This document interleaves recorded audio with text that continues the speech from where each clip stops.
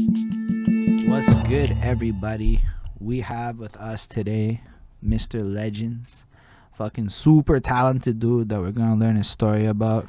It's good to have you here, sir. Welcome to Bridge the Gap. My name is Holden Stephan Roy, and basically, it is the interview show where we go through the story of your life and try to extract all the knowledge nuggets we can to like better And enhance our understanding of life and reality. With that, hear you. I would love to just get the ball rolling and find out because it's gonna make sense with the first real question.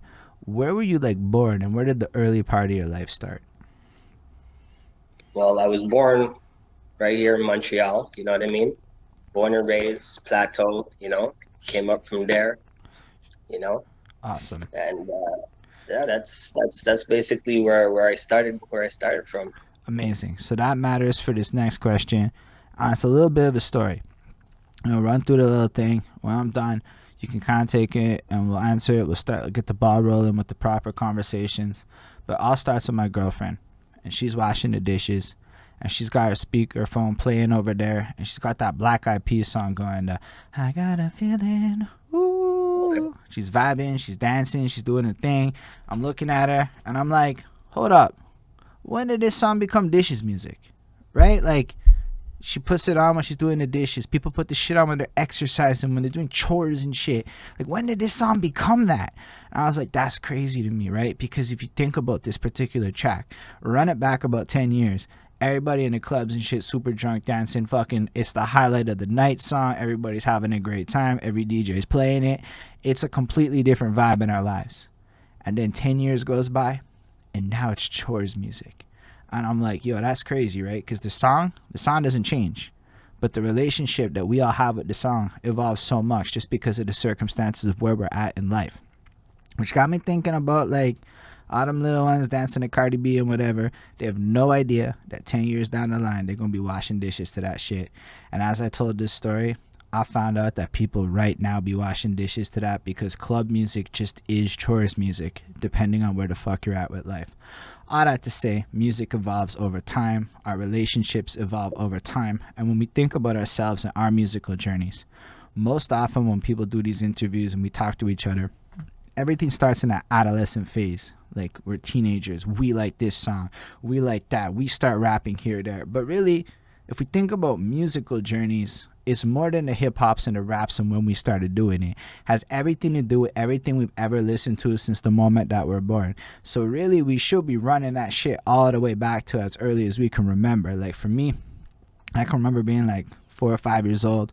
My dad's got all these gray boxes, the fucking amplifier, the radio, the tape deck with the wires going up to the speakers and shit. And he'd be running these Led Zeppelin tapes and other such shit in the day, and at night it was like MC Mario and the technos, and my mom's has like fucking discos and shit like that. Anyway, all that to say, like, there's all these different sounds and technologies and things that were all around when I was growing up that were all kinds of shit. I had no control over it, but I still had to listen to it. I can remember car rides with whatever. So I was hoping that you could bring us back to the youngest legends that you could remember being and tell us what it sounded like to be you before you had any control over the shit. Like you're talking about music, genres and all that. Well, just like whatever, your parents vibe to, like the just sounds of your childhood and shit. Oh, my sounds of my childhood is I used to listen to the song "This Is the Rhythm of the Night," Yeah. all of those. Yeah. So like my mom used to be kind of like what you explained, like all the old school tunes, all the Prince was very heavy uh back when I was a youth. Like all those Mac Morrison, Return of the Mac, you know what I mean?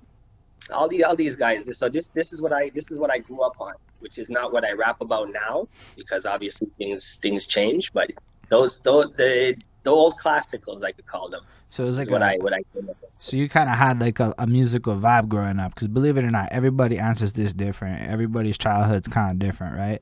So it's people like, it's almost like they get to see a little glimpse into where it all really starts. So you start hearing these things, they got a vibe. So if you listen into this dancey kind of rhythms, you make this dancey kind of vibe. Now it totally just kind of even has a connection, even if it's completely different. It's all about age too, you know what I mean? If you're older, you vibe to more classical things. If you're Like younger, you know, it's more like nowadays type stuff. So eh, genres change, you know. That's true. But when you were young, were you like interested in singing and stuff and dancing and all that? Were you like, or were you kind of more motivated by other things in life? Well, like when I was young, man, like tell you the truth, like I come from a big family, right? Most of my cousins who are older were always rapping. They were always into these music, they were always doing music per se. So where I came from basically is we would just remember parties, you know what I mean? Friday parties.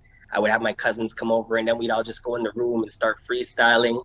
Obviously, I was too little, so I would just sit back and, take it in like a sponge.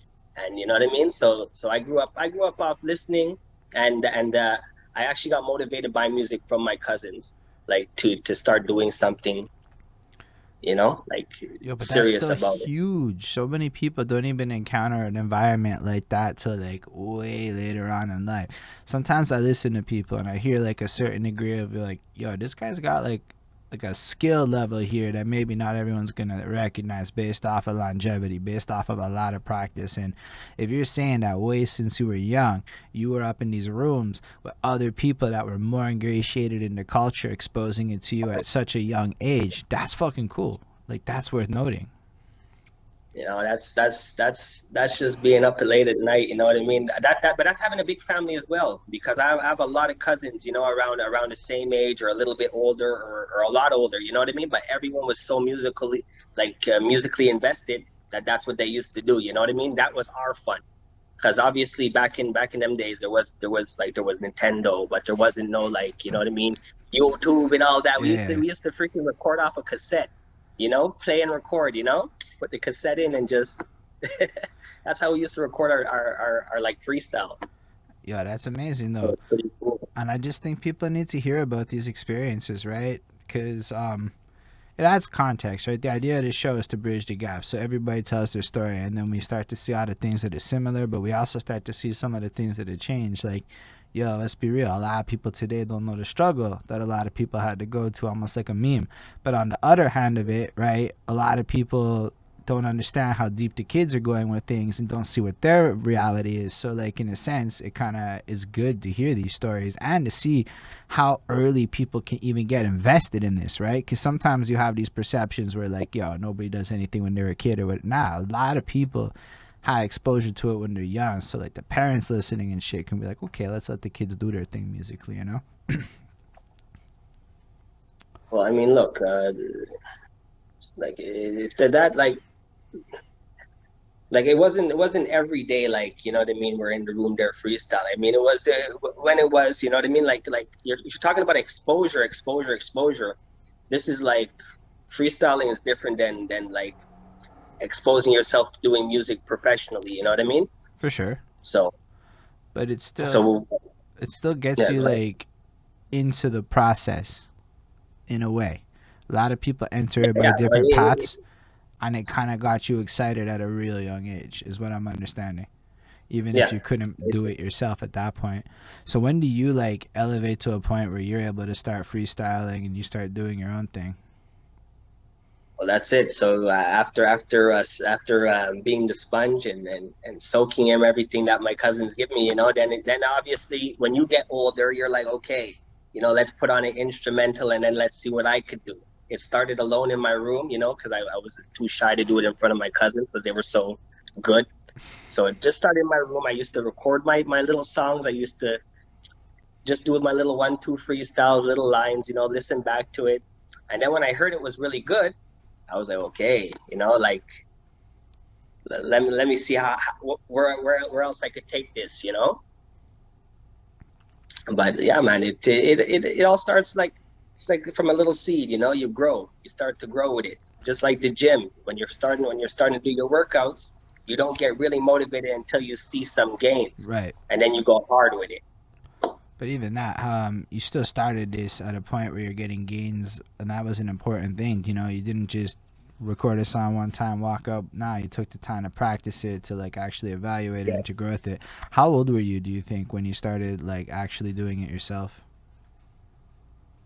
I would say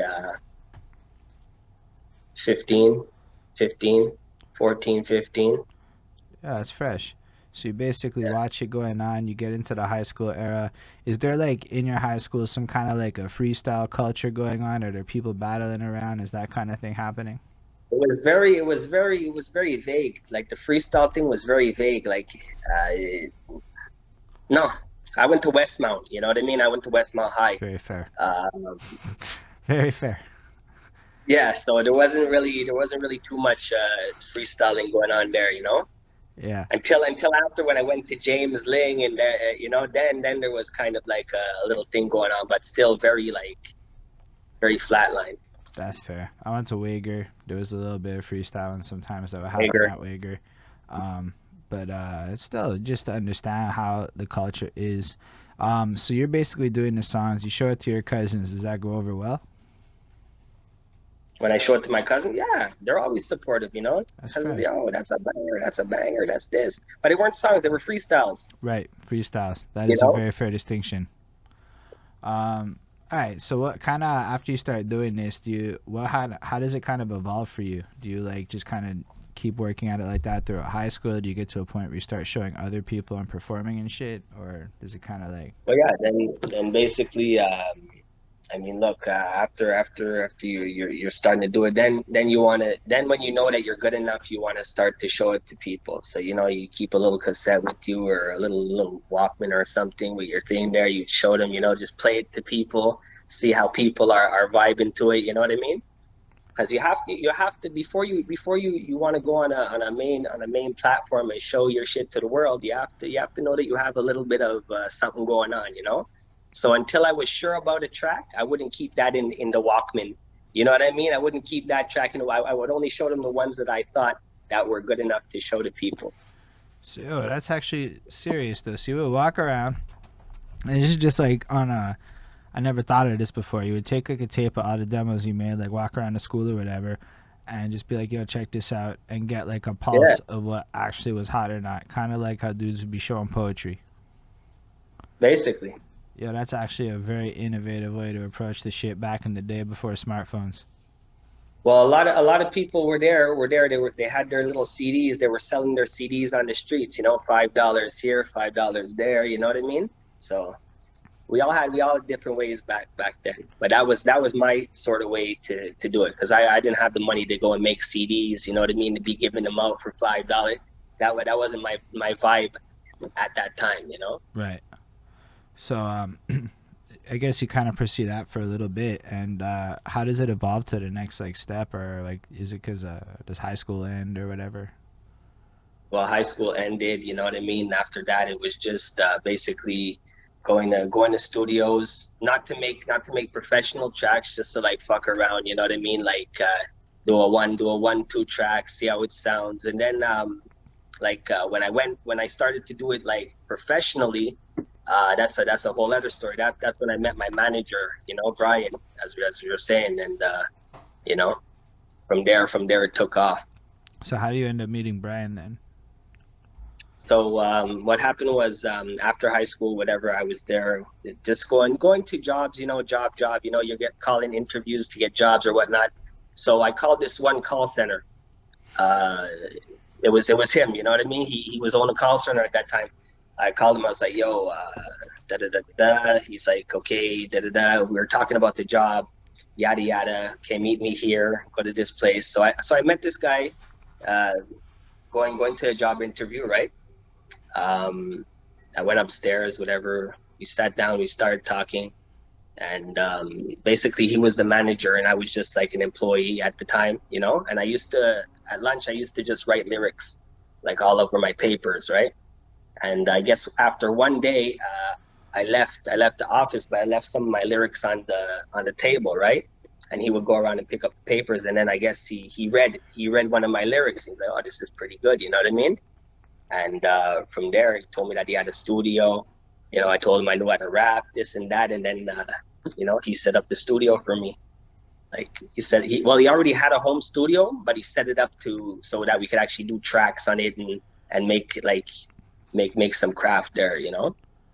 Yeah, it's serious. It's like you have no idea what people do in this place. Like you can have somebody on your Facebook, you can see them post shit, and you can literally have no idea who the fuck they are. Like I've had this Brian guy on my Facebook for a long time now. I don't know how long, at least a year.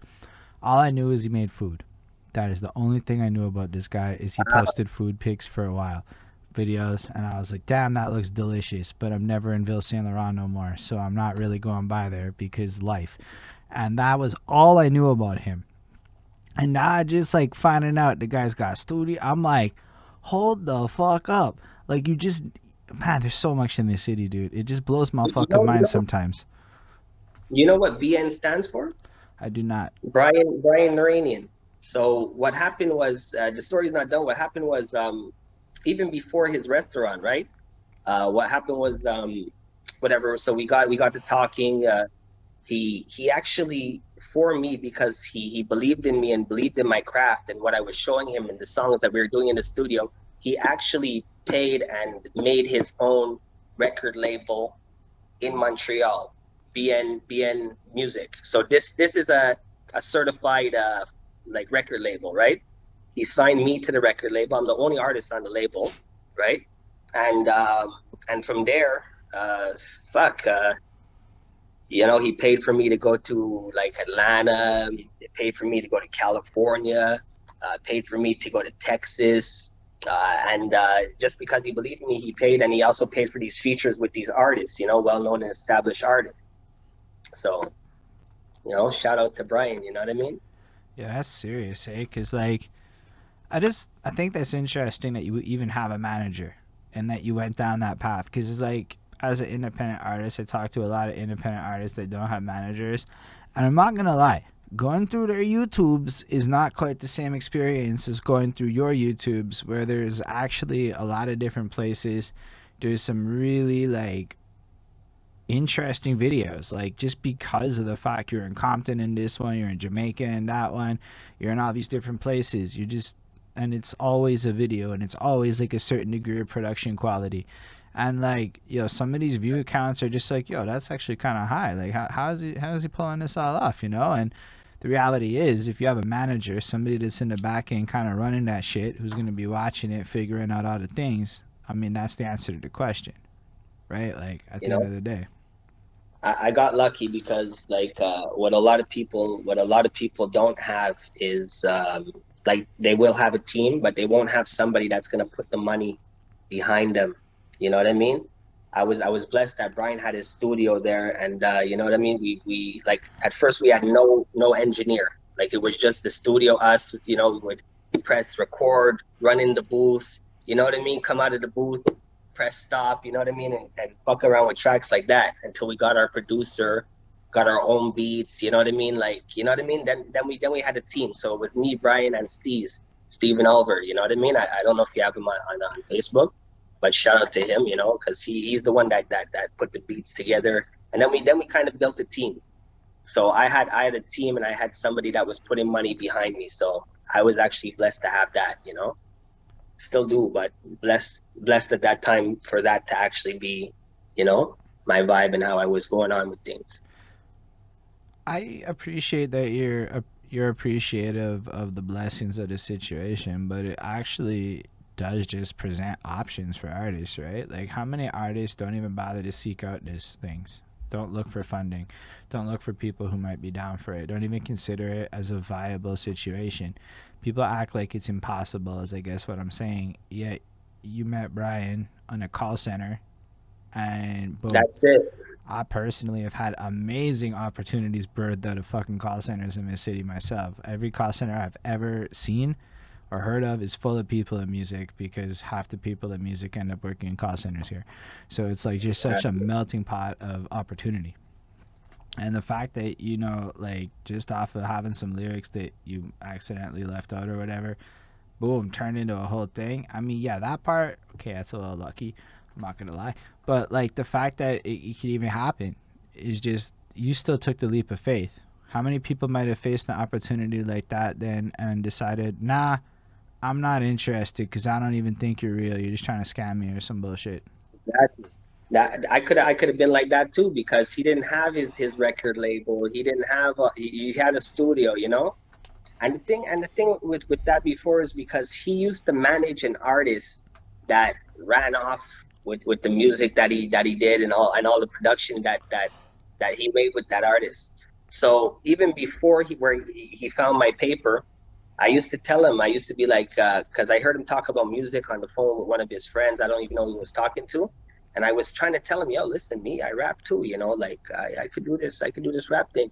And at the beginning times, he didn't want to hear nothing about it because he was already discouraged about the last dude that he was managing, this and that.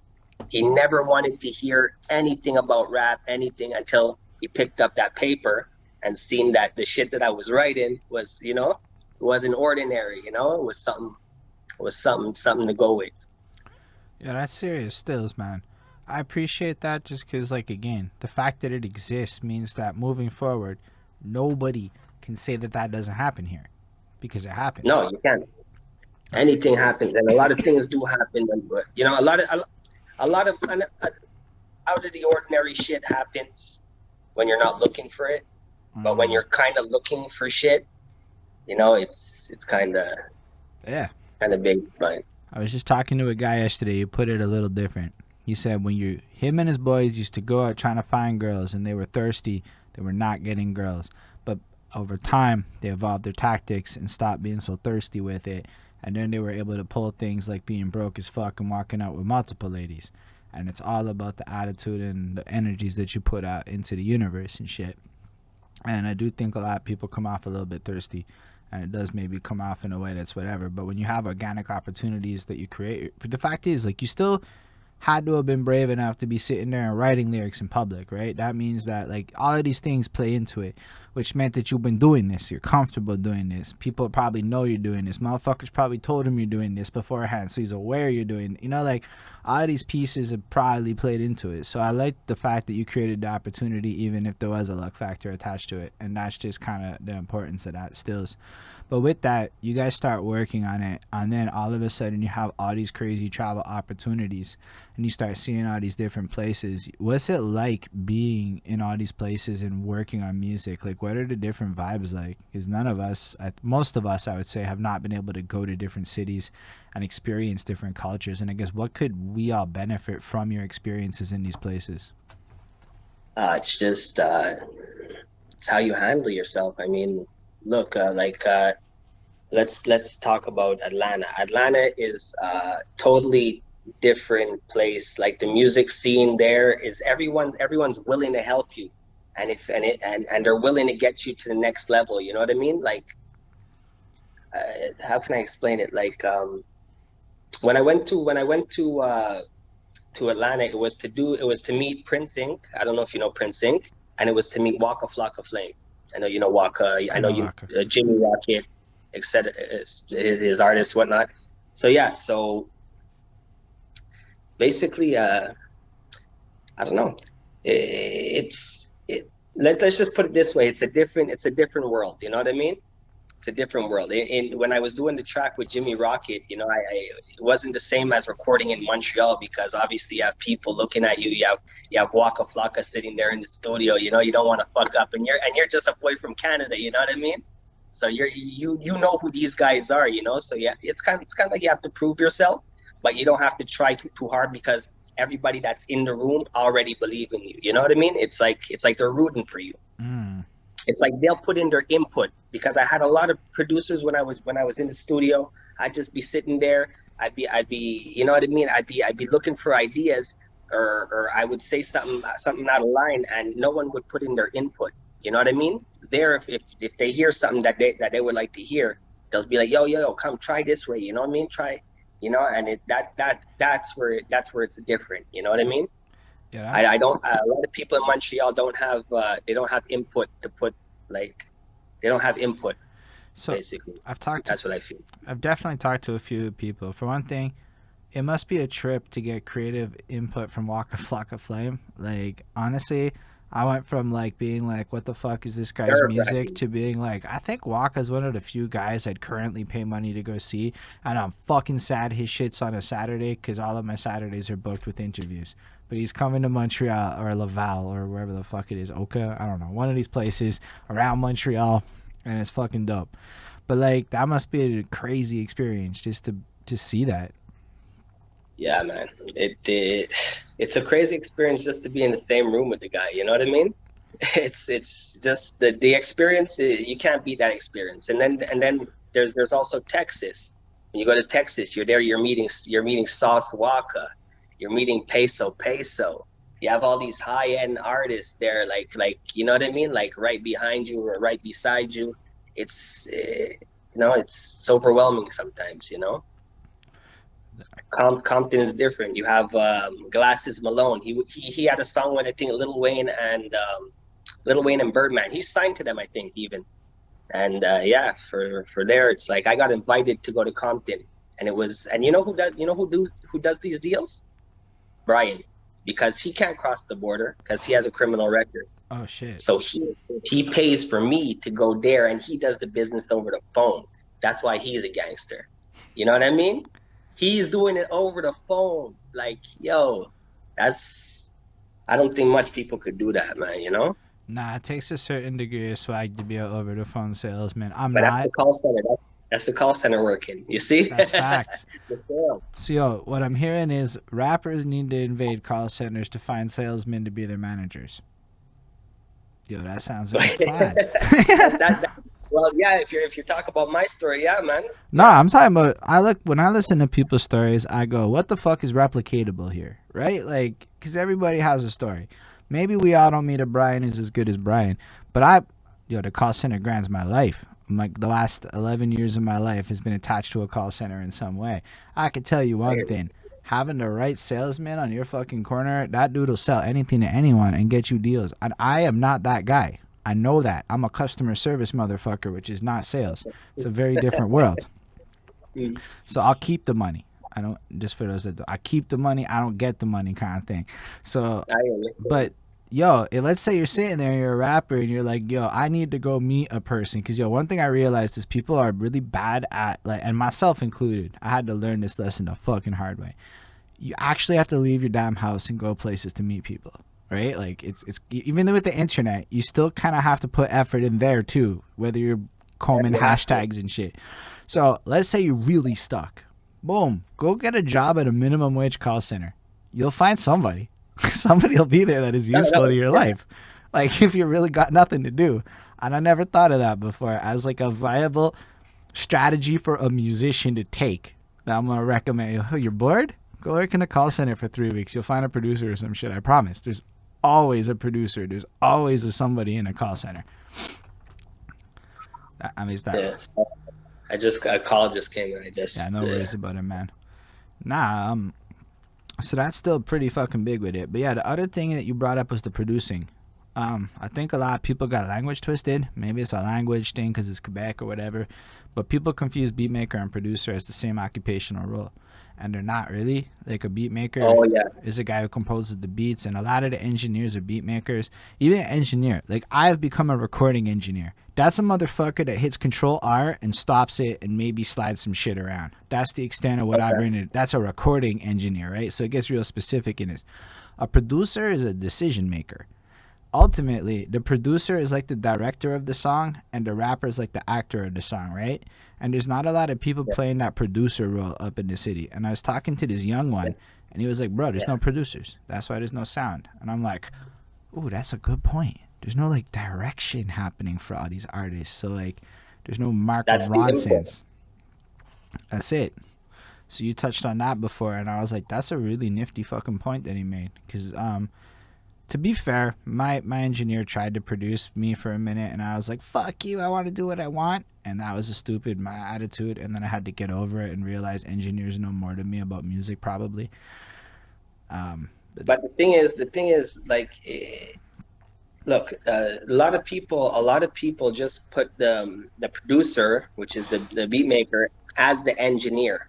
You know what I mean? Because like that's what we did. We had Steez basically as the beat maker. He wasn't an engineer, but he learned to be an engineer, with the record and this and that. And that's why at the beginning of of this journey that I went on, this musical journey, it basically my sound wasn't it wasn't where it needed to be, you know. So now the music that I'm making is I actually found a producer and a beat maker. He's both. Yeah, no, that's fair, man. Um, so yo, basically you're bopping all over doing the videos. Do you do a lot of performing shows as well? Yeah, yeah. Basically, in Montreal, I did Le Cinq, I did Le Cinq, I did a whole bunch of clubs there, the Jet nightclub, the Belmont, Devon Orange. The normal Montreal spots where they usually have a 1-2 venue. Um, in Atlanta, there's a few venues that I've done, and basically my last show that I was supposed to have, which was supposed to be the big one, was going to be with Peso Peso and Sosa Man, and that was going to be in New York, New York. That would have been one of my biggest shows. It was happening in March, and it happened right after I came back from California, and I was supposed to go back to New York in March, which didn't happen because COVID hit right around March that time, and I couldn't cross the border, and that's when everything went, you know, Yeah, it's for definitely. everybody basically. I had a pretty good run over COVID. It turned out that shutting down the world made everybody be willing to go on Zoom, which made my life a lot easier, believe it or not. Outside of that, I totally hear you. That was the one benefit for me. And work from home, huge blessing. I don't know about everyone. I know a lot of people got fucked over occupationally speaking, but I stopped having to go to the office, and that worked out to approximately 10 extra hours a week. Well, there you go. Now you got your thing here, set up. And but yeah, the live environment just kind of died, and a lot of things kind of died, and now it's all like reopening again in a weird It's frag. coming back. It's coming back. That's what I'm happy about. I think it's gonna be like a lot stronger.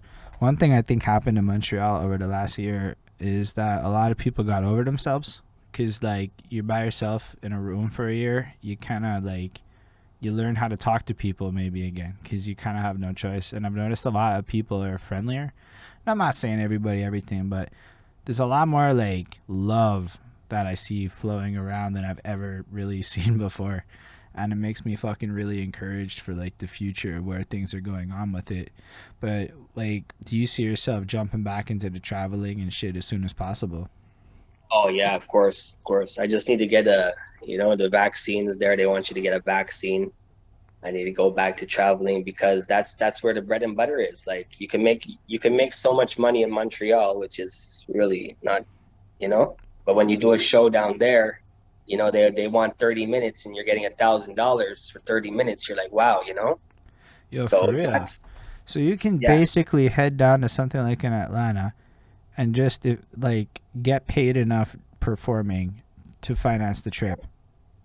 of course. Like you know what's fucked up about that is because here, if you link up, let's say a mandem from a club or whatnot, and you ask them, listen, like you try to set up your venue, right?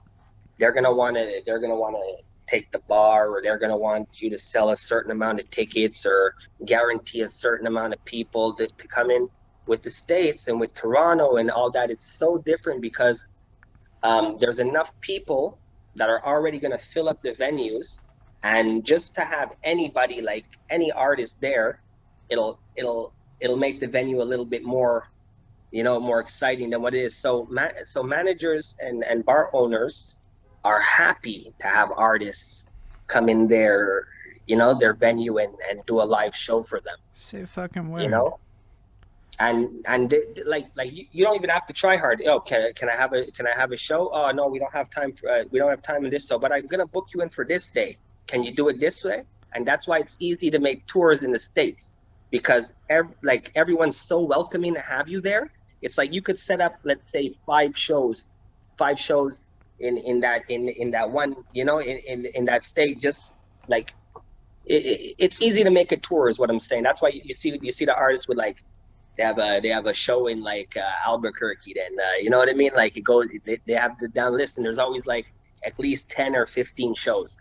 Like it's very easy. It's very different. You know, you don't have to sell tickets for nobody to make sure that there's going to be people there because there's already people there. And And if they're feeling your vibe, they're going to buy drinks, right? And in theory, as long as you show up and all these places is legit and you're getting paid proper, you just need to cover your overhead to go down and you're going to make everything back as you do your tour. So, in Exactly. effect, But if you're not trying, if you're only going to places to sit in a freaking resort, right?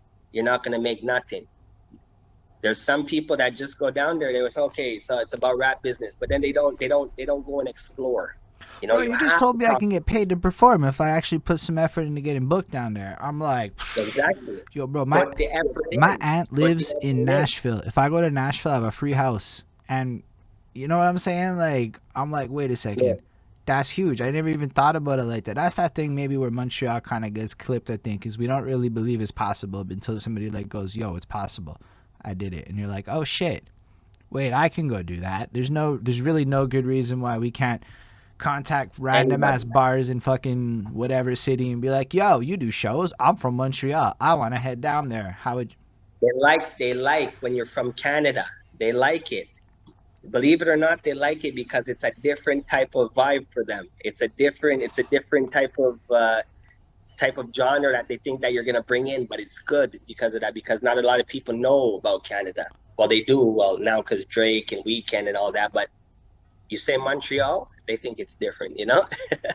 Yeah, man, no, that's a huge. That's one of the nicest knowledge nuggets we've gotten. Honestly, I say that sometimes a lot, but like in this case, you directly told a bunch of people how they could action a plan that would get them all paid, and there's no reason why, say, 4 or 5 of us can't pool resources together and figure out a way to hit up these spots and do like Canadian invasion tours and shit like that. Like, what? Well, this is the question: why can't you?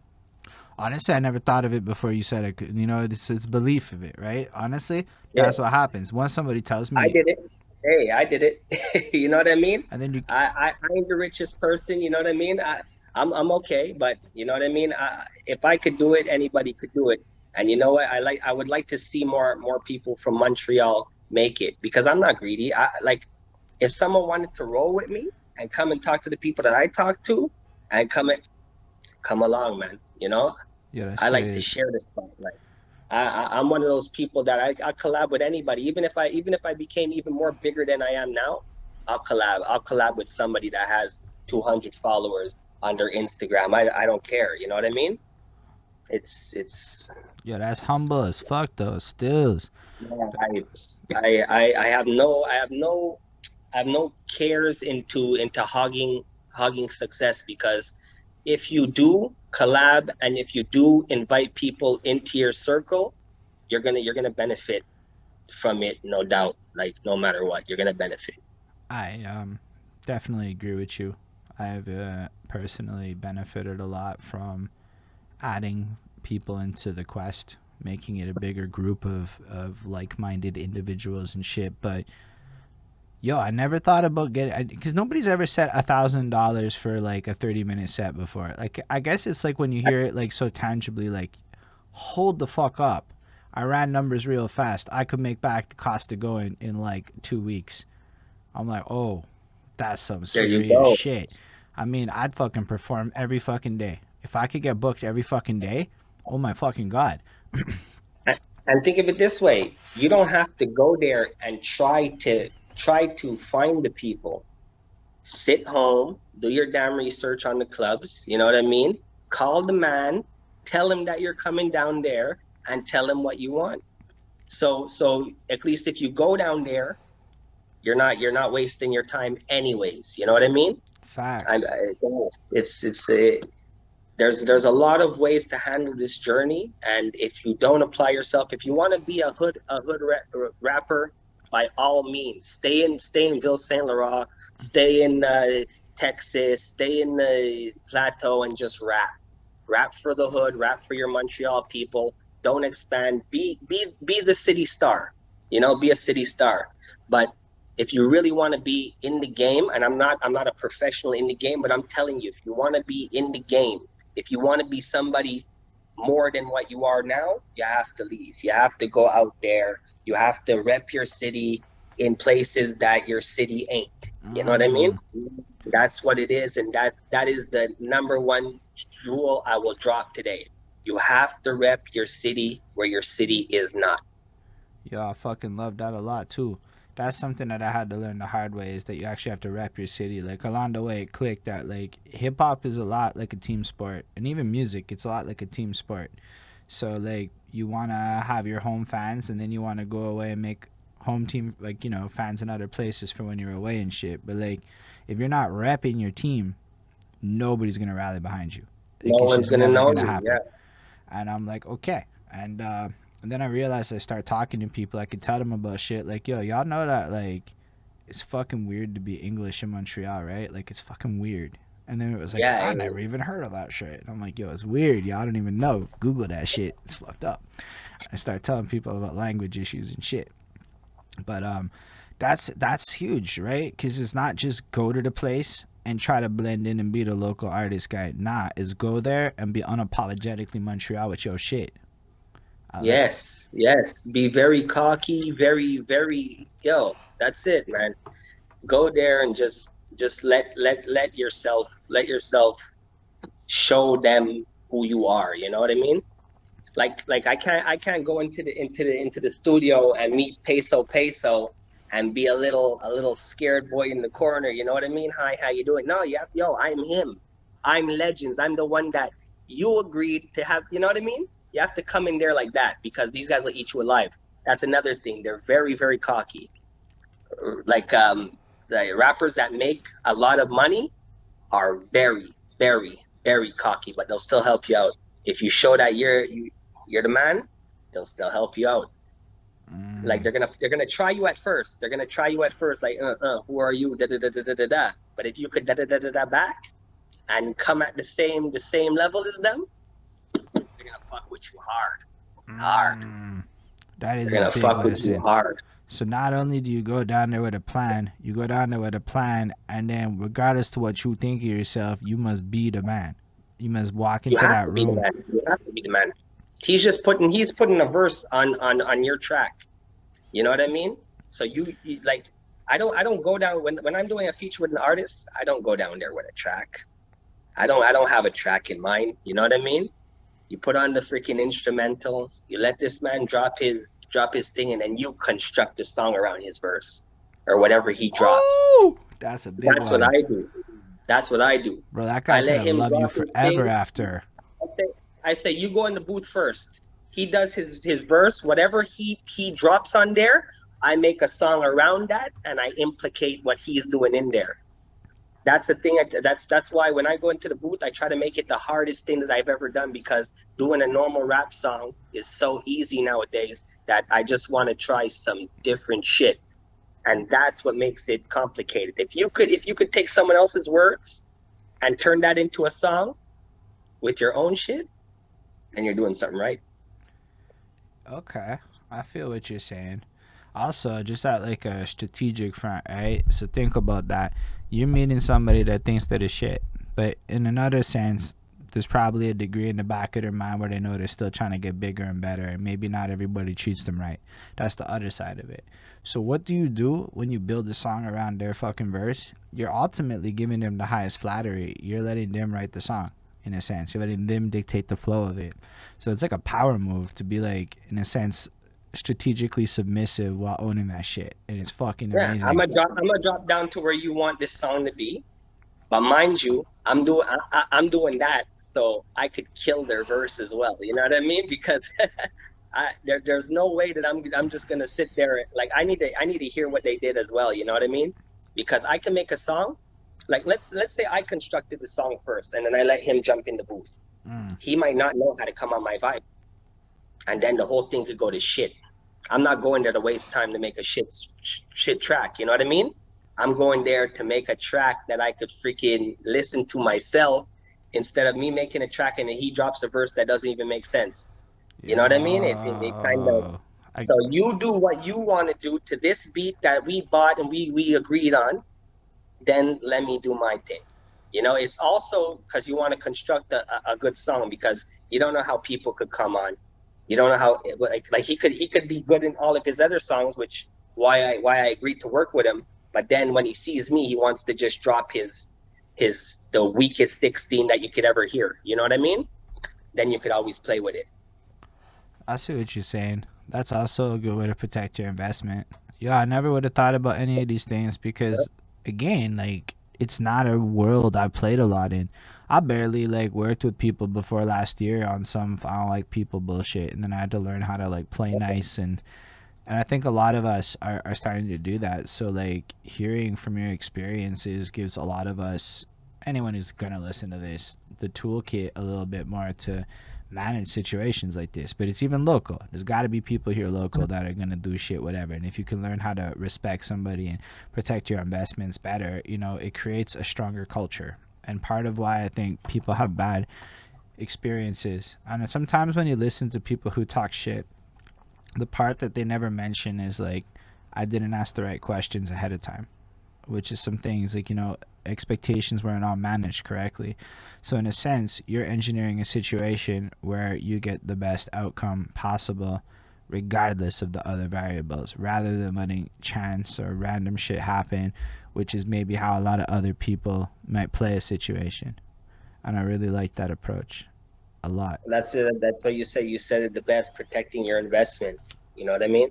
It's a pretty penny to fly out there. You know what I mean? And then it's a pretty penny for the studio time. But once again, I was blessed to have somebody that was funding it behind me. You know, Yeah, but so you lose funding if you waste other people's money. That there you go. like if I'm not mistaken, Mace used to record 2 tracks an hour, and he became Puff Daddy Special Boy almost entirely, not fully, but like a huge part of it is he didn't waste no time in the studio, so he saved Puff a lot of money, and then Puff liked him Yeah. more. And these things actually matter, especially when you're dealing with business people, because business people are not artists. I mean, they might be artists, but they are not artists when it comes to business people. No, Very different no. like mindset. And I learned that. I learned that you can't be. You're not. You're not a businessman at art. Yeah, a lot of artists can't fuck with the business part of things. I can't fuck with the business part of things. Like I mean, like I'm bad with that. Yeah, I I've had to learn how to. I mean, I got lucky with my day job to learn a lot of business shit, but like frankly, I don't know that I should do the business side of my art, cause yo, like when you really care about the art, you're like, fuck that, I want to do it for free because I love it. And that's bad. Like you start thinking some shit, and then people are like, you could just be making money off of it, you know? Like I think a lot of people are like, I just want to perform, so they go to the bar and they do the show for free. They don't even think I could make $50 if I actually ask for $50. Not saying it's every always gonna happen, but if you start asking for money, somebody's gonna say yes. Somebody's gonna agree to it inevitably. And it's like a lot of the value that we put on ourselves, I don't think we really appreciate it because we don't see those bigger experiences. One of your bars that caught me, I really fucking liked is, I used to perform at your little shows, something something. Now I can be like fuck no, whatever and whatever. And I was Yeah, like, no, that sounds like a guy who went from fuck you, and you're like, I mean, I could picture the shows literally, to like actually getting something for something and being like, I don't really think this is worth the return on investment for me. And I'm like, whew, that's some boss ass shit right there. And I was like, respect. so I'm like, yeah, man, just talking to you, it's like, yo, I don't think people think it's possible. Or then you get some normalization of the opposite happen. Now people pay to get tickets and shit. And I guess it's always been a thing. It's not really my cup of tea. If you can sell shit, go that route, I suppose. But So like, you went through all the different genres, eh? The country, that was like kind of rockish country song there. that was amazing, Runaway. dude. That was fucking great. Those are the things that I would that I was kind of like I didn't really want to put out, you know. So my manager just kind of put like dumped like he like there was at one point like when everything went quiet, he kind of just dumped like there you could see like some of the videos are all in the same time like 4 months ago, 4 months ago, four Yeah. months ago. He dumped like 6 videos at once, you know, which wasn't a smart move because no one's gonna watch 6 year videos constantly, you know what I mean? So, but yeah, 50-50. So something I learned about that, where I think a lot of people have a misconception, it's that most people won't do it. But we forget The about the attention. people that will do it, right? So when we say nobody's going to do it, it might be that 99% of people won't do it, and that's fine. But yo, But there's 1% of people might do it. And I realized yeah, that don't like most of my Facebook don't give a fuck what I do. But that small chunk that fuck with what I do are really fun. And the more I focus on the people that fuck with me, I don't care about attention spans. I don't care about like the rules that people worry about. I just care about doing the things I think are going to be appealing to the fan base I'm trying to cultivate. All I care about is the fan that wants to listen to my shit. What do I have to worry about all the people that don't have the attention and focus to give me and exactly. shit, right? Like, That's so I would say that it was anybody that fucks with you is going to be hella excited on the day to get 6 extra tracks out of nowhere from you. Whereas you're right, maybe a lot of people don't. But like if you run it back in time, or people who discover you now come and check it, you can easily listen to like 10 to 15 of your songs in a row. Keep going and be like, yo, what the fuck? I had the what the fuck is it gonna sound like next experience going through your song. Like a little bit of a lottery was happening, and it made me extra excited to hear the next one. So I don't know, super easy to spend an hour with your shit. You thank know you. what I mean? Thank you. Well, I mean, even I guess because a lot of it's different. There's a lot of different sounds. It's not the same sound on everything, but yeah. So I'm trying to do the drip tapes coming out though. What's the That's the next project that's coming. I ran into a bit of like what you say a brick wall, because producers, and then this guy had a problem with his studio where I was recording and all that, but it's coming out. Drip tape. what's the drip tape? Drip tape is the new album that I'm dropping. It's a mixtape. It's gonna hit different genres. It's gonna. I think this is gonna be one of my best projects that I'm gonna be putting out because I'm kind of doing it on my own.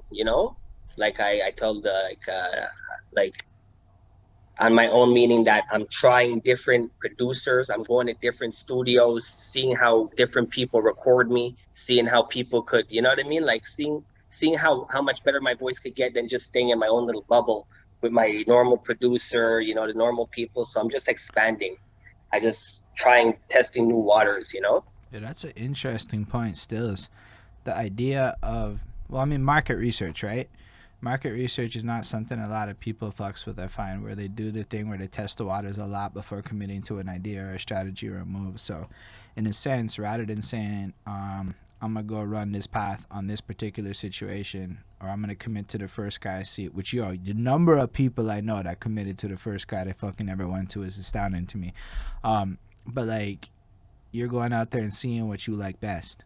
You're looking for like the right fit in a sense, and that's a fucking interesting way to play the situation. I mean, it probably maybe because it costs a little more to invest like that. Maybe if you don't like it, you don't use it type thing. But like, still, it sounds really like a way to evolve. That's worth doing. Um, Yeah. who would you Evolution is the key. If who you ain't if you ain't evolu if you ain't evolving, I mean that's what I said. You're gonna be staying in the same little bubble, which could be good if that's what you want to roll with. But I think evolution is the most important. Evolving with your craft, evolving with the people that you have a relationship with. It's all about evolution. If you're not evolving, you're staying in the same place. You know what I mean? so who are some of the studios that you've had good experiences with then? Uh, the studios where I had good experiences, Yeah. Misfit Paradise. That's a little. It's like a home studio, but it's like in a home, so it's not really a home studio. It has professional equipment. This kid, Devin, this guy knows how to record. Like knows how to know. He basically he doesn't want his name on shit. So when he's recording you, he's going to have input.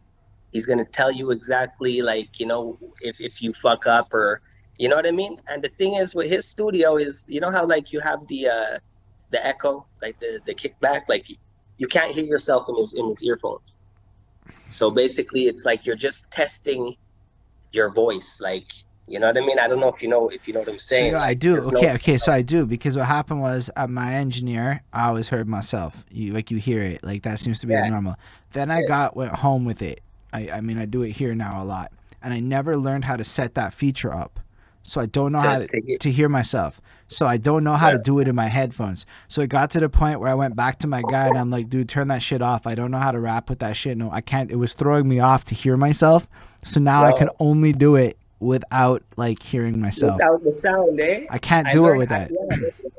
Now I've learned how to like it's like you're training your voice more because you Mm, don't know how it's gonna sound until you spit it and hear it off the speaker. You know what I mean? yeah. Very that's a very hard way of recording, but I guess I like it because as I said, I like to make everything extra hard in the booth. So it's actually a beneficial it's actually beneficial for me. I like it. I like it too. I mean, it took a bit to get used to. Uh, I mean, Oh yeah, the but like first two songs are good. now it's like I'm real confident with my flow. I don't doubt it. I'm literally doing off the dome projects like live on Twitch. I'm just fucking recording tracks of track after track or whatever. And it's like I don't have to worry. I know that I've done this so long that like I can just run it. And worst case it sounds like shit and I hit delete, do it again type thing. Again, yeah. And nah, but like putting the voice back, I was like, man. So sometimes what I'll do is like if I'm trying to align takes, like I like to layer up choruses, I'll take that first take and I'll like leave it and I'll rap to that, and I feel like that's a little different. But hearing what I'm recording live, I don't know, like the actual input fucks me up. It just I fucks hear me you. up. So yo, what's it like being in Jamaica and like music there? What's the Jamaica. vibe like? Cause I know you went down there for a minute too. The vibe there is amazing. Everybody in Jamaica, believe it or not, has musical talent. You could ask the guy at the corner of the street selling beads to drop a 1 2, and he's gonna drop the sickest flow just from his mouth. Just you probably even tap on a fence, and just like everyone's so musically involved there. It's amazing. Everybody like Jamaica's a special place, you know. And one of the best things about Jamaica is when I went there, I bucked up with Teddy Bruckshot. Like for everyone who watched Shotas, Teddy Bruckshot, Louis Rankin. He's a Grammy songwriter there. Rest in peace, Louis. But going around with him in Jamaica, I don't know, but Jamaica, to ask how it is, it's amazing. I went to headline some shows there with Louis Rankin. You know what I mean? At the little bars, it's so much different. Like because the bars are like outdoor. There's a little piece inside, and then it's like outdoor. There's all these people will just stop what they're doing to watch you. Like they always want to hear what you have. Ah man, Jamaica's something special, man, Yeah, that's definitely. especially when you're going up to the music scene. But then again, you can't go to a resort and stay in the all inclusive resort and do a musical. It's not gonna work. You have to go out and explore. That's fair. I would not go and explore Jamaica without people that were telling me I can go down there and explore Well, there, Jamaica. there, Louis Rankin. Yeah, yeah, You're with him. He's a top shotter. yeah. That make a Just lot like of sense. No, that's incredible. Where are some places you want to go next? Like, where are some like you feel you need to visit since like the sky's the limit essentially? like California. When I went there, like I need to go back down there because the amount of money that I seen being like distributed and with the amount of people that are so invested in the rap game, it's overwhelming. But for a place that I want to go now, um, I haven't really gotten too much business in New York. You know what I mean? Like that was my stop that was gonna come before March or before the COVID thing. I want to go to New York. I want to see what they're all about. You know what I mean? In New York, because I think in New York I could get a lot of shit done. Mm. I, actually, no, I think I'm guaranteed I could get a lot of shit done in New York. My homie is in the Bronx right now. I ended up linking up with this man in the Bronx. I'm not gonna lie, man. Working with a dude down there absolutely impacted my perspective and my confidence, because you can't not. He's just like, shut the fuck up. What's wrong with you? Every time you say anything that sounds weak, right? You can't say weak shit in New York. But then he was flat out telling me, bro, if you're broke in New York, it's because you want to be broke in New York.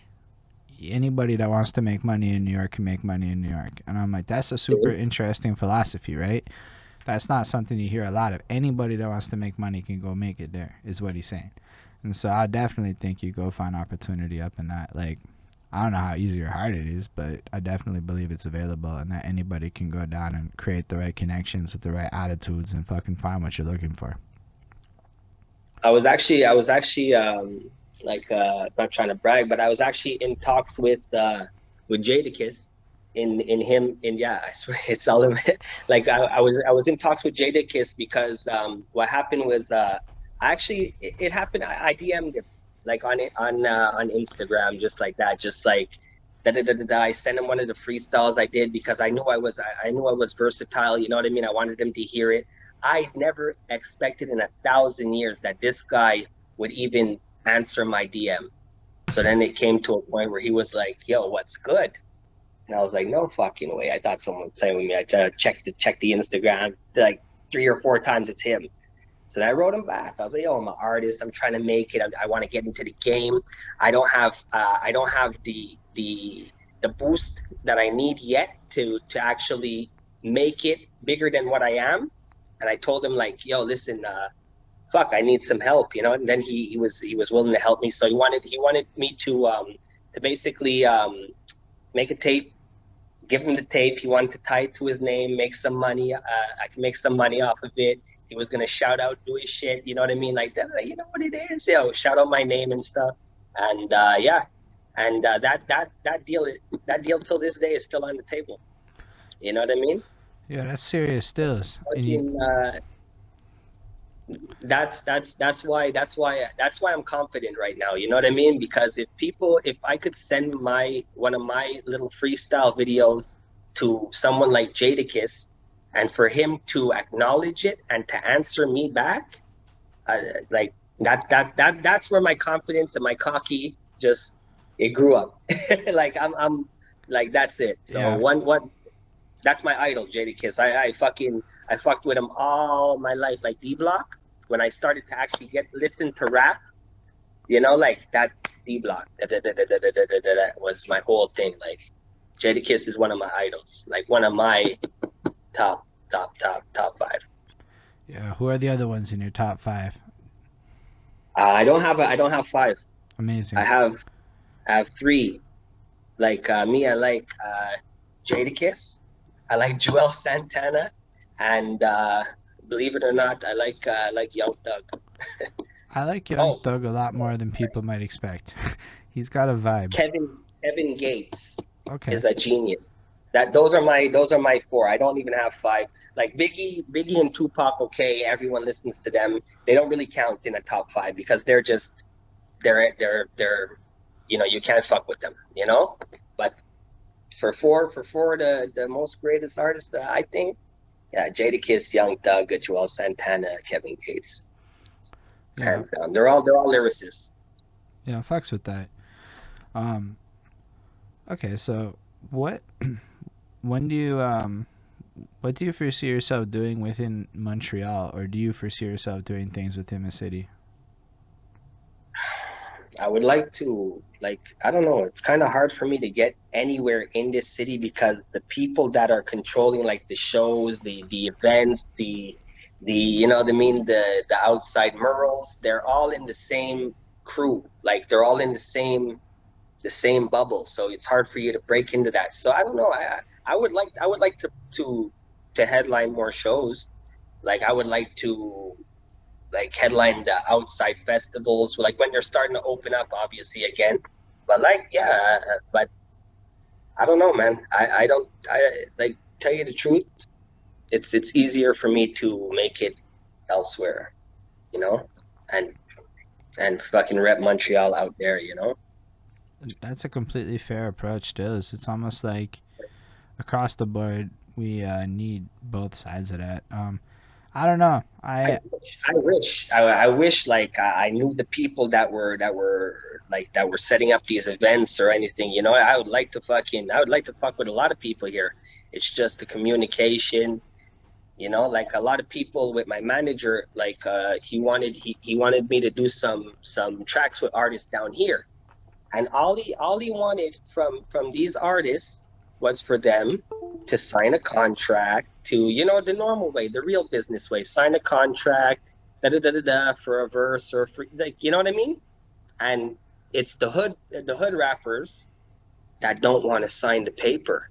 No, no, no, no, no. We just do the track. We just do the, you know what I mean?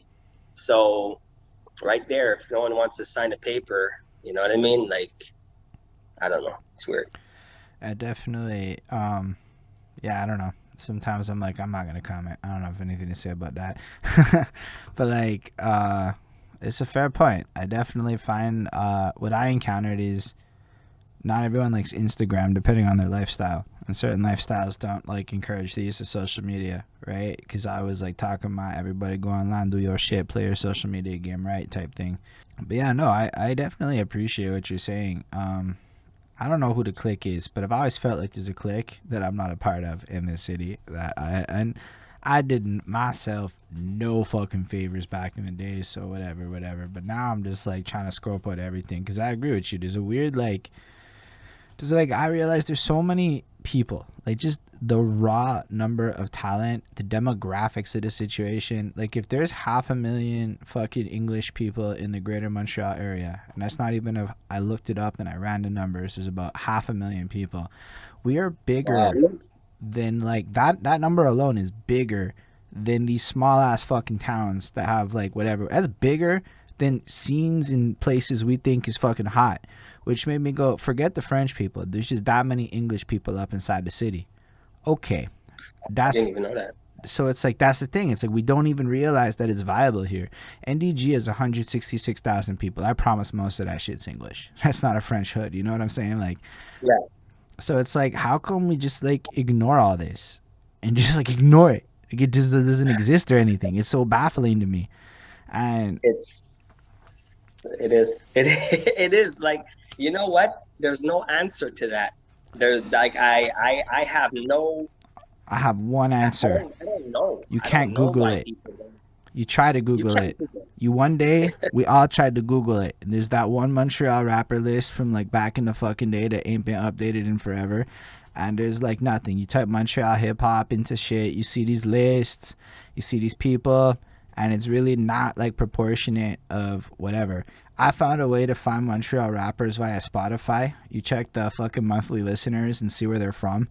Anybody that's got a bunch of Laval and Montreal and shit, they're from here. You watch the features. I managed to like build out a playlist of some shit. Ain't nobody Okay. heard of most of these fucking people. But the fact that I was able to fill up, I filled 11 hours in Montreal, and nobody has more than like 2 tracks on that shit. So it's like, okay, I found all that, and that's a fraction of English Montreal. And I'm like, all right, so there's no way to Google this shit, and there's that many motherfuckers in the city, which means that if you're not in the scene, you literally aren't lying when you're like, bro, everybody I know is a rapper, because you literally see, probably, if you're not in the scene, all these rappers constantly posting all the time.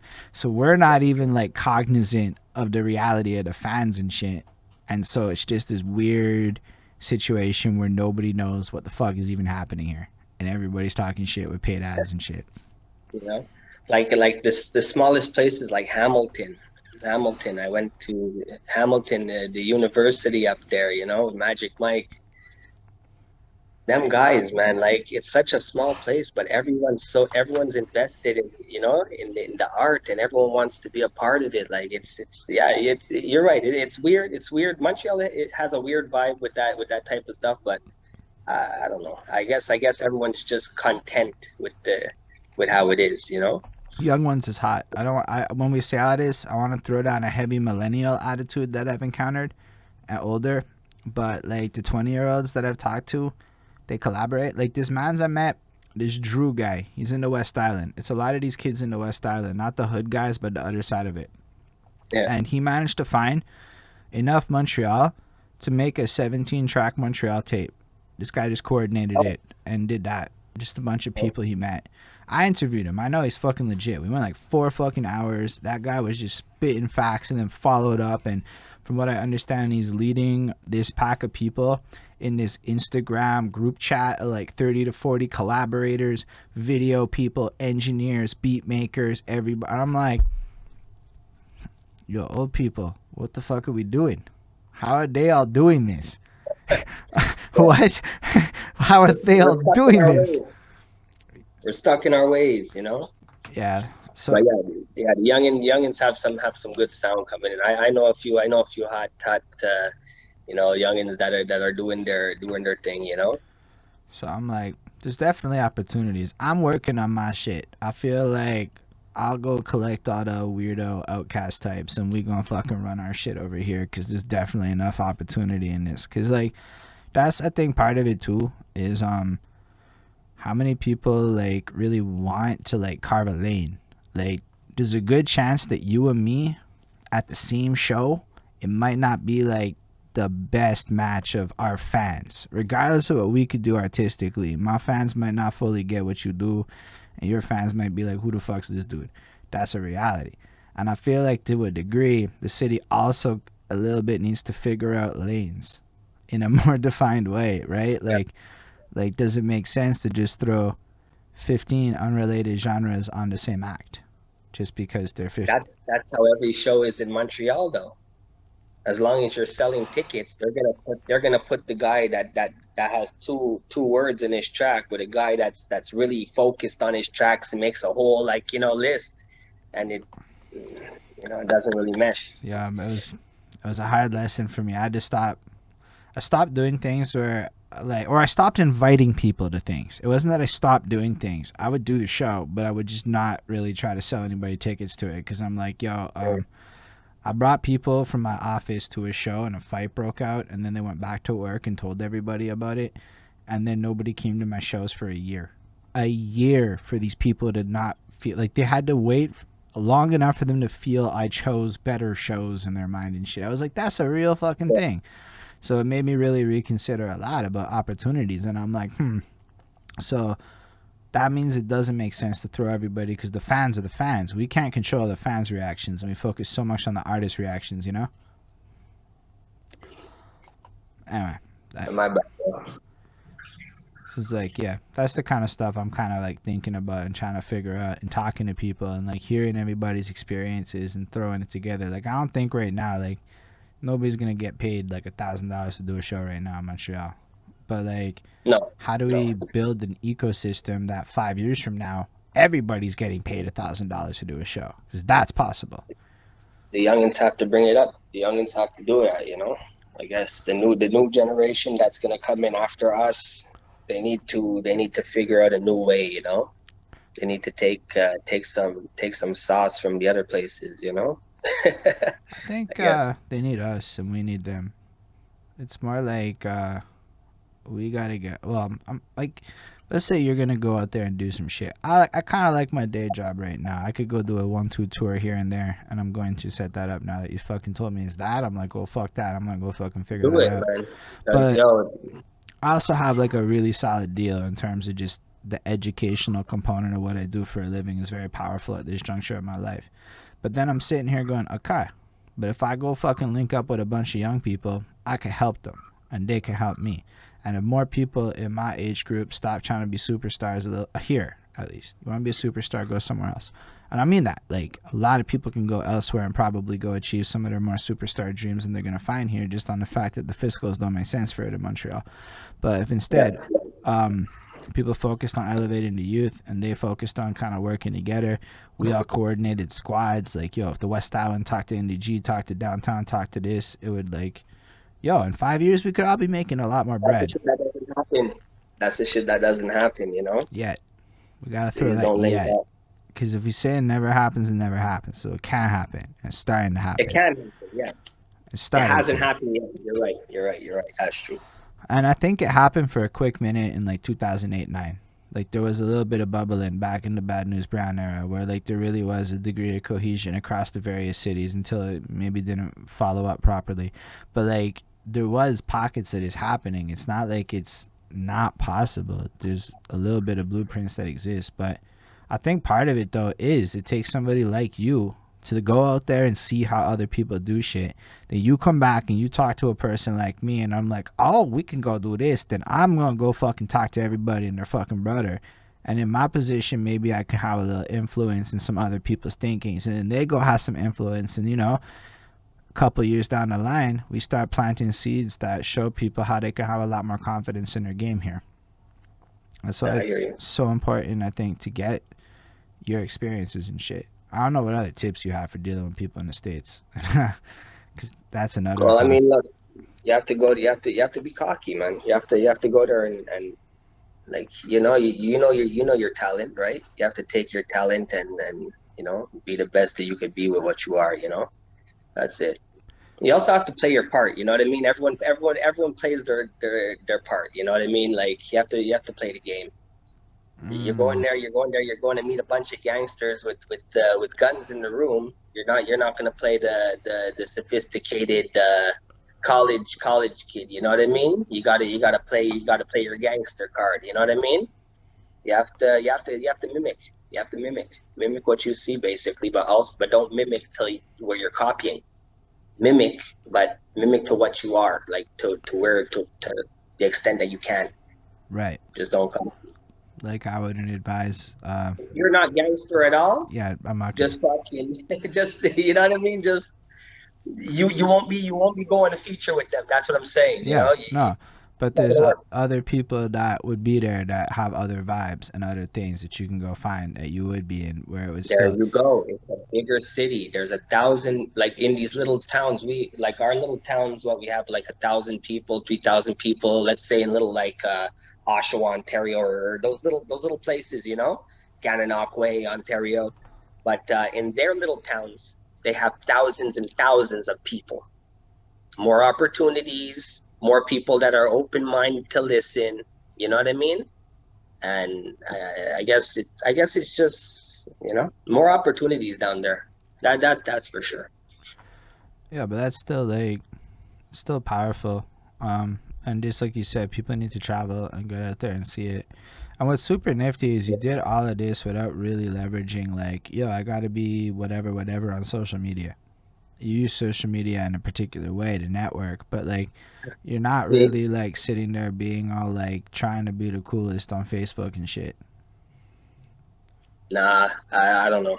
Um, my social media presence is basically I'm not on live a lot. Like I don't do these live things. I don't really freaking come on. Like I'll put on my music, swipe up, you get my music, but I don't know. I want to start like doing more lives, you know what I mean, and this and that. But I don't know. It's just not, I didn't think it was a good time, while the pandemic's going on, to be on live and this and that. I don't know. It's just was never one of my fortes to show off and shit like that. Just do what I got to do, and then my talent will speak for itself. It's not necessarily showing off even. I feel like even across this conversation, I get to like know you better. Like your music gives a part of you. But like the lives, it shows like the you behind the scenes. And I'd say the one thing That's it. that A lot of people like to see that. That's where you gain your followers there from the back end, because people like to see what you're doing, and they don't like sometimes they don't just want to hear your music. They want to see what you're doing. They want to see you make a track, or they want to see you do something stupid so that they could, you know what I mean? They could engage with you like that. I hear you. and I'd say it's even more like half the game is shifted from talent to that, like your ability to be interesting, and you've managed to be interesting in ways like having great visuals that flex in ways that are different. It's not just that you have fucking videos, it's that you have videos in like different cities all over, and you're like, what the fuck, like that's a flex, right? Like that creates a degree of interest. Now imagine simultaneous to that, there's legend vlogs, and every like day you're down there, you're putting up like a 5 minute thing. Yo, I'm telling you, my investment in that mother, even watching that short video of you doing that meeting with the dude, made me care more about the song with the dude. I can't Yeah. remember. Yeah. Okay. Okay. I hear where you're going. And it's No, like, that I mean, yeah, so it's you're like, right. I mean, I'm not even saying it because it was my first thought. It's just, I'm not one to fight like gravity, as they say. If everybody's going in that direction, it doesn't mean I have to trend hop, but maybe like being a human might be more the flex than being like, not to say like entirely, but like, however, you got to be like more than just a rapper, right? Like, it's not like, it's not the same requirements these days from the marketing front. I don't mean to cut this interview short, but yeah, bro, like there's like it's a lot of shit. But yeah. Fair enough, man. If you got to go do your thing, we can totally wrap that shit up. Um, no, so yo, when what do you have coming in the near future, and any kind of like last words you want to leave the people with? Well, look, I have my drip tape, drip tape coming out, it's gonna be within the next month. I'm gonna have that out. It's new genres. It's hitting everything that it's hitting the genres that I haven't hit, and it's also going back into like the old school, the old school me, Um, and yeah, as I said, I'm gonna try to do more lives. I'm gonna try to get on Instagram Live a lot more.